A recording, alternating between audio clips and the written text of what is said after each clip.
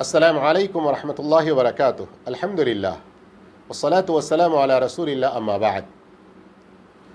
یوم عرفہ کا روزہ، عرفہ کا دن بہت فضیلتوں والا دن ہے۔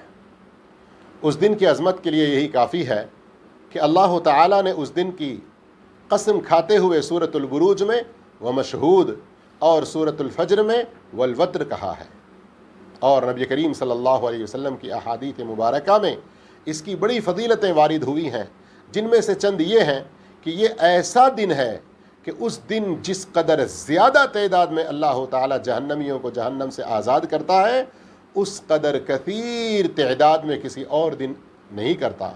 اور یہ وہ دن ہے کہ حاجیوں کے لیے تو بڑا ہی مبارک دن۔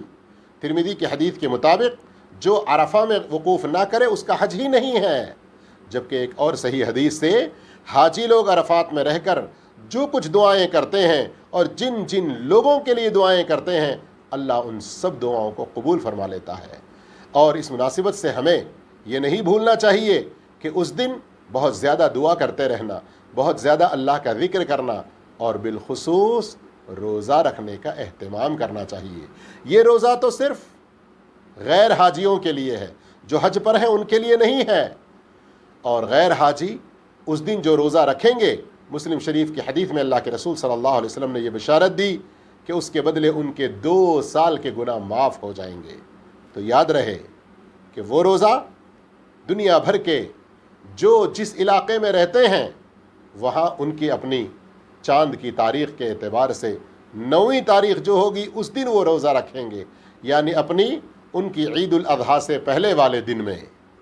اور جہاں تک سعودیہ میں جب عرفہ ہوتا ہے اس دن روزہ رکھنے کے لیے آج کل کچھ لوگ جو کہہ رہے ہیں، یہ صحیح بات نہیں ہے، اور یہ فتنہ ابھی کوئی 10 15 20 سال سے ہی اٹھا ہے، ورنہ اس سے پہلے تو ہر کوئی اپنے اپنے علاقے میں اپنی رویت کے مطابق وہاں روزہ رکھا کرتے تھے، چاہے رمضان کے ہوں یا غیر رمضان کے ہوں۔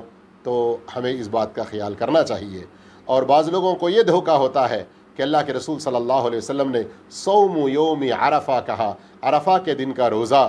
تو میرے بھائیوں، اصل بات یہ ہے کہ عرب میں 8ویں تاریخ کو یوم الترویہ، 9ویں تاریخ کو یوم عرفہ اور 10ویں تاریخ کو یوم النحر کہا جاتا ہے، اور اس کے بعد کی 3 تاریخ کو ایام التشریق کہا جاتا ہے۔